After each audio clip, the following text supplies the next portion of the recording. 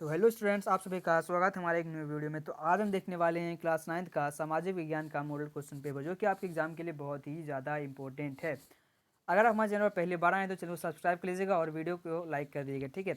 तो फटाफट से चलते हैं वीडियो की आगे, देखते हैं यहाँ पे हमारे क्या क्या। यहाँ पे दिया गया सामान्य निर्देश, यानी कि कुल प्रश्नों की संख्या 40 है। इसमें हम 40 ऑब्जेक्टिव क्वेश्चन देखने वाले हैं और सभी प्रश्नों के उत्तर अनिवार्य हैं। तो आप इसको पढ़ना चाहेंगे तो एक पढ़ सकते हो, ठीक है। तो फटाफट से हम देखते हैं क्वेश्चन यहाँ पे हमारा क्या है। यहाँ पर हमारा पहला क्वेश्चन है कि जो लगभग 3 ओर से स्थल भाग से घिरा हो उसे क्या कहते हैं। तो उसे क्या कहते हैं, तो ऑप्शन नंबर बी हमारा हो जाएगा राइट आंसर, यानी कि खाड़ी कहते हैं, ठीक है। उसके बाद हम देखते हैं क्वेश्चन नंबर 2 कि निम्नलिखित में कौन झारखंड के पड़ोसी राज्य समूह है। तो कौन पड़ोसी राज्य समूह है, तो ऑप्शन नंबर हो जाएगा ए करेक्ट आंसर, यानी कि बिहार, पश्चिम बंगाल, उड़ीसा, छत्तीसगढ़ और उत्तर प्रदेश।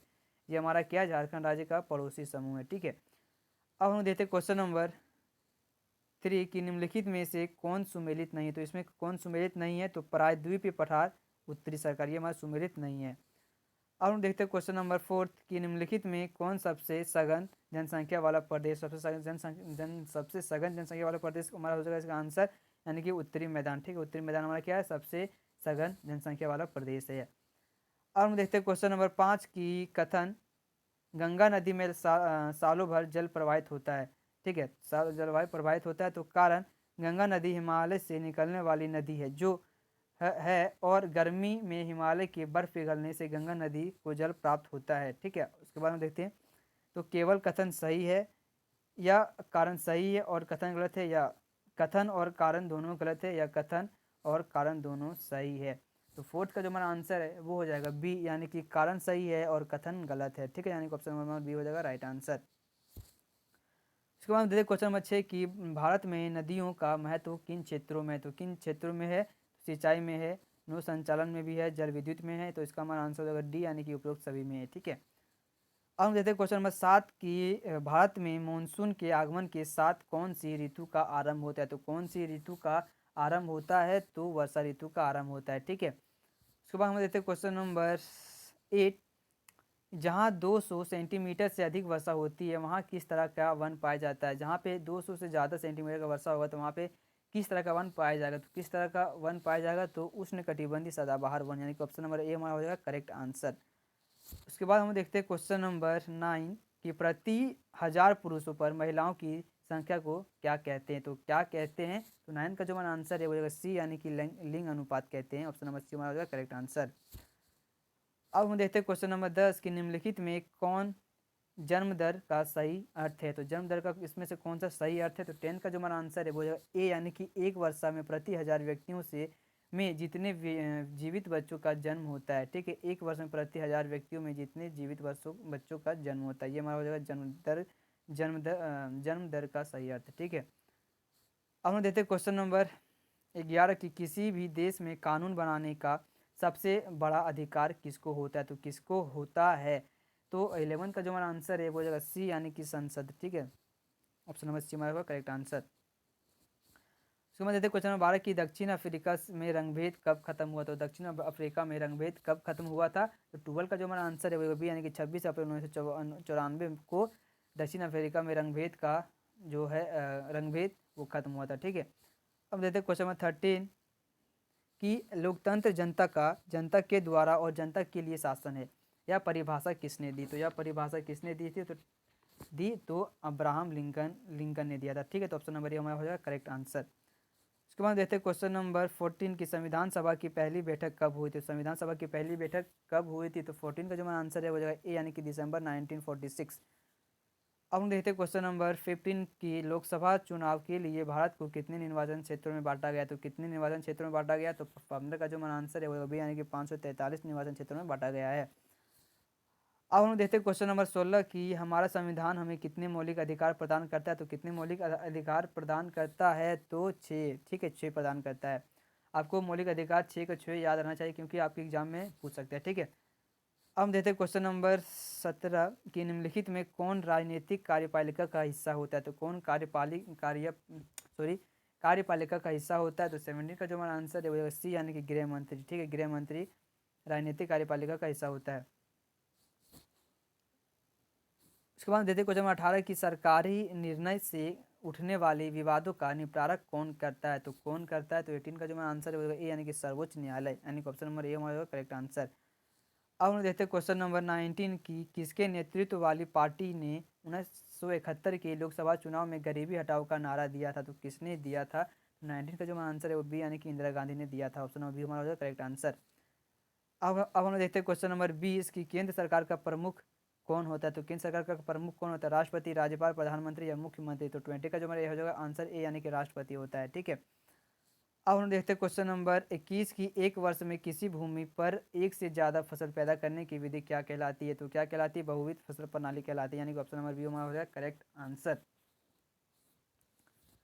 अब हम देखते हैं क्वेश्चन नंबर 22 कि निम्नलिखित कथनों में से पालमपुर के संदर्भ में कौन सा कथन सत्य है? तो कौन सा कथन सत्य है? कि ये ऑप्शन नंबर हमारा ए यानी कि पालमपुर में 450 परिवारों में से लगभग एक तिहाई परिवार के पास खेती के लिए भूमि नहीं है। तो ये हमारा ऑप्शन नंबर ए हो जाएगा करेक्ट आंसर।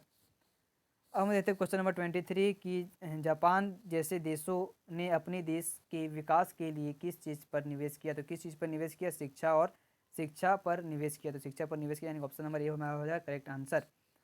हम देखते हैं क्वेश्चन नंबर 24 की इनमें से कौन तृतीय क्षेत्र के क्रियाकलापों में नहीं आते? तो बैंकिंग आता है, शिक्षा, खनन, पर्यटन। तो 24 का जो हमारा आंसर है वो हो जाएगा सी यानी कि खनन। खनन ये हमारा इसमें तृतीय क्षेत्र में नहीं आता। पर्यटन भी आता है, शिक्षा भी आता है, तो ये हमारा हो जाएगा ऑप्शन नंबर सी हमारा हो जाएगा राइट आंसर।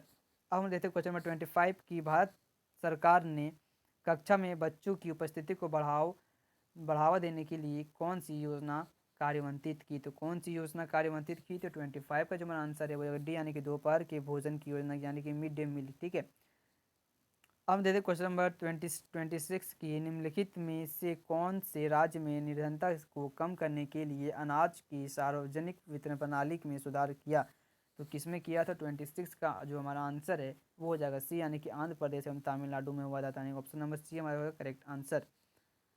अब हम देखते हैं क्वेश्चन नंबर 27 की निम्नलिखित में से भारत सरकार के किस कार्यक्रम के अंतर्गत अगर आवेदक को 15 दिनों के अंदर रोजगार उपलब्ध नहीं कराया गया तो वह दैनिक बेरोजगार भत्ते का हकदार होगा? तो किसमें हमारा हो जाएगा? तो 27 का जो हमारा आंसर है वो हो जाएगा बी यानी कि राष्ट्रीय योजना गारंटी कोष के अधिनियम के तहत। ठीक है। हम देते क्वेश्चन नंबर 28 कि भारत में ग्रामीण क्षेत्र में प्रतिदिन प्रति व्यक्ति कितनी कैलोरी की आवश्यकता स्वीकृत की गई? तो कितनी कैलोरी स्वीकृत की गई? तो 28 का जो हमारा आंसर है वो हो जाएगा ए यानी कि 2400 कैलोरी, यानी कि ऑप्शन नंबर ए हमारा हो जाएगा करेक्ट आंसर। अब हम देखते हैं क्वेश्चन नंबर 29 की किसके माध्यम से सरकार द्वारा अधिप्राप्त अनाज, गेहूं और चावल के भंडार का बफर स्टॉक बनाया जाता है? तो किसके द्वारा बनाया जाता है? तो ऑप्शन हमारा है राज्य सरकार, भारतीय खाद्य नियम, राष्ट्रीय प्रतिदर्शी सर्वेक्षण संगठन या गृह मंत्रालय। तो 29 का जो हमारा आंसर है वो बी यानी कि भारतीय खाद्य निगम के द्वारा ये बनाया जाता है। ठीक है, बफर स्टॉक। अब हम देखते हैं क्वेश्चन नंबर 13 कि सरकार द्वारा समाज के गरीब वर्गों में बाजार के कम कीमत पर अनाज का वितरण किया जाता है, इस कीमत को क्या कहते हैं? तो इस कीमत को क्या कहेंगे? तो निर्गत कीमत कहेंगे, यानी ऑप्शन नंबर ए हमारा हो जाएगा करेक्ट आंसर। अब हम देखते हैं क्वेश्चन नंबर 31 की द स्पिरिट ऑफ लोज नामक रचना की रचनाकार कौन है? तो नामक रचना की रचनाकार कौन है? तो मोंटेस्क्यू, यानी कि ऑप्शन नंबर ए हमारा होगा करेक्ट आंसर। अब हम देखते हैं क्वेश्चन नंबर 32 की फ्रांसीसी क्रांति के समय फ्रांस पर किसका शासन था? तो फ्रांस पर किसका शासन था? तो लुईस 16वां का शासन था। ठीक है, सॉरी, लुईस 16वां, यानी कि ऑप्शन नंबर सी हमारा होगा करेक्ट आंसर। अब हम देखते हैं क्वेश्चन नंबर 33 की नवंबर के अपराधी कौन थे? तो नवंबर के अपराधी कौन थे? तो 33 का जो हमारा आंसर है वो होगा सी यानी कि हिटलर समर्थक, यानी कि ऑप्शन नंबर बी हमारा हो जाएगा करेक्ट आंसर। अब हम देखते हैं क्वेश्चन नंबर 34 की किसी समुदाय को दूसरे समुदाय से अलग रखना क्या कहलाता है? तो क्या कहलाता है? तो घेटो कहलाता है, यानी कि ऑप्शन नंबर ए हमारा हो जाएगा करेक्ट आंसर। ठीक है। अब हम देखते हैं क्वेश्चन नंबर 35 की भारत का प्रमुख वन महानिदेशक कौन था? तो प्रमुख वन महानिदेशक कौन था? तो 35 का जो हमारा आंसर है वो होगा सी यानी कि ब्रांडिस, यानी कि ऑप्शन नंबर सी हमारा होगा करेक्ट आंसर। अब हम देखते हैं क्वेश्चन नंबर 36 के झूम खेती को किस अन्य नाम से जाना जाता है? तो झूम खेती को किस अन्य नाम से जाना जाता है? तो घुमंतु खेती के नाम से जाना जाता है, कि ऑप्शन नंबर ए हमारा होगा करेक्ट आंसर। अब हम देखते हैं क्वेश्चन नंबर 37 की भारतीय वन सेवा की स्थापना कब हुई थी? तो कब हुई थी? तो 37 का जो आंसर है वो बी यानी कि 1864 ईस्वी में भारतीय वन सेवा की स्थापना हुई थी। अब हम देखते हैं क्वेश्चन नंबर 38 की फ्रांस की क्रांति कब हुई? तो फ्रांस की क्रांति कब हुई? तो 1789 ईस्वी में फ्रांस की क्रांति हुई थी, यानी कि ऑप्शन नंबर ए हमारे होगा करेक्ट आंसर। अब हम देखते हैं क्वेश्चन नंबर 39 की औपनिवेशिक सरकार ने अपराधी जनजाति अधिनियम कब पारित किया। तो कब पारित किया, तो 39 का जो हमारा आंसर है वो हो जाएगा बी, यानी कि 1871 ईस्वी में। उसके बाद हम देखते हैं क्वेश्चन नंबर 14 की रूस की क्रांति कब हुई। तो रूस की क्रांति कब हुई थी, तो ऑप्शन हमारा ये है 1917 में, 1921 में, 1922 ईस्वी में, या 1924 ईस्वी में। तो जो इसका हमारा आंसर है 14 का वो हो जाएगा ए, ठीक है। यानी कि कब हुई थी, तो 1917 ईस्वी में हुआ था। तो गाइस यहाँ पे हमारा जो इसका कंप्लीट हो गया model question paper. Next video में हम लोग और भी सब्जेक्ट का मॉडल क्वेश्चन पेपर सोल्व करने वाले हैं। तो अगर वीडियो आपको अगर यूजफुल लगा अपने लिए तो प्लीज़ वीडियो को लाइक कर दीजिएगा, चैनल को सब्सक्राइब करिएगा। मिलते हैं फिर से एक न्यू वीडियो में, तब तक के लिए जय हिंद।